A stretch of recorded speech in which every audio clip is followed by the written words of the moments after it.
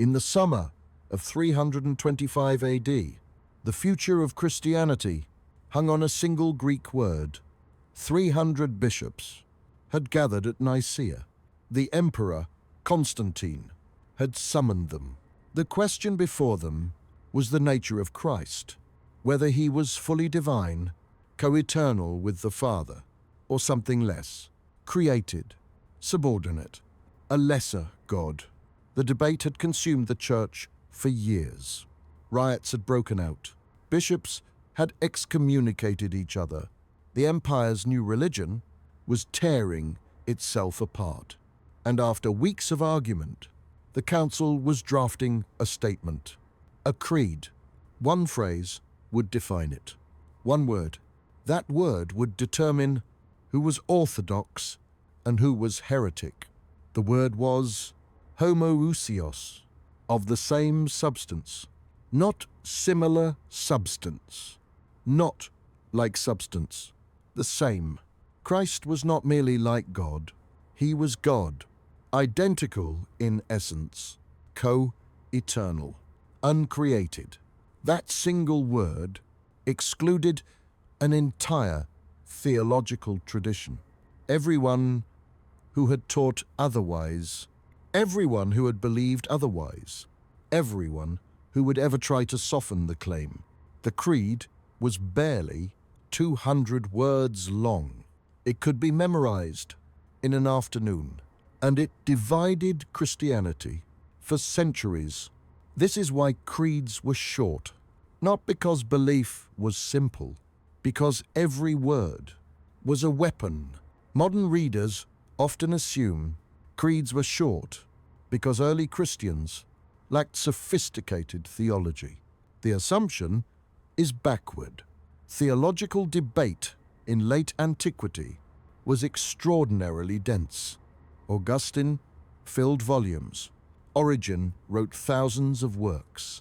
Theological libraries rivaled anything in the ancient world. Creeds were not short because there was nothing to say. They were short because saying too much was dangerous. Every sentence creates space. Every metaphor invites interpretation, and interpretation creates disagreement. The councils that wrote creeds understood this. They were not trying to explain belief. They were trying to close debate. Consider the Nicene Creed. We believe in one God, the Father Almighty, maker of heaven and earth, of all things visible and invisible. It sounds simple. It is not. One God excludes polytheism and certain understandings of the Trinity. Maker of all things visible and invisible excludes the Gnostic claim that the material world was created by a lesser deity. Every phrase closed a door, begotten, not made. This ruled out the teaching that Christ was created, and then the decisive phrase, of one substance with the Father, homoousios. Affirm it, and you were orthodox. Hesitate, and you were suspect. The creed was not a test of understanding. It was a test of alignment. Creeds sound affirmative, I believe, but structurally they are negative. Each line exists to exclude an alternative. He was crucified, suffered, and was buried. This excludes the idea that Christ only appeared to suffer. He rose again on the third day. This excludes symbolic resurrection. Every line targeted a known opponent. The creed was not a summary of Christian belief. It was a boundary marker.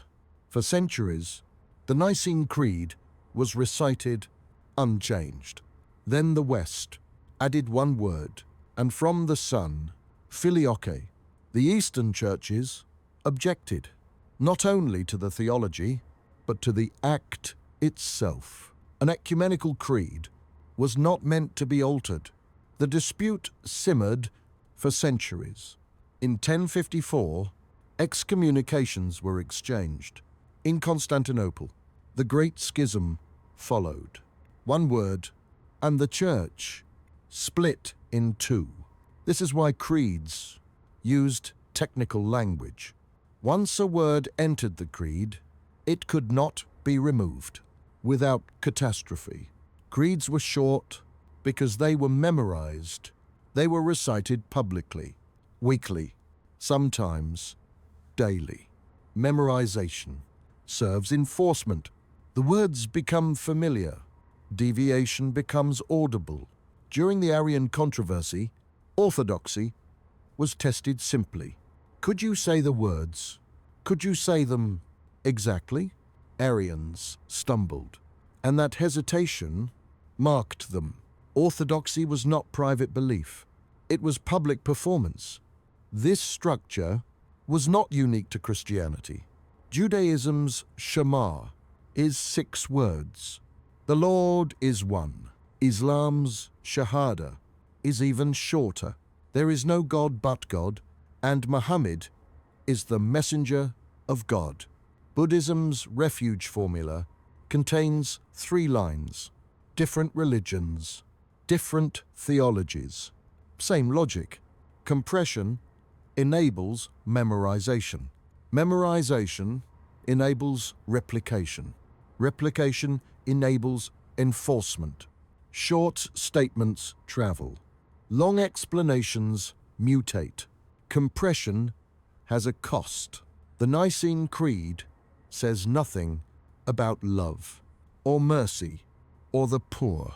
It speaks, instead, about metaphysics. This was intentional. Creeds were not written for peasants. They were written for bishops. Short declarations endure. Long explanations invite revision.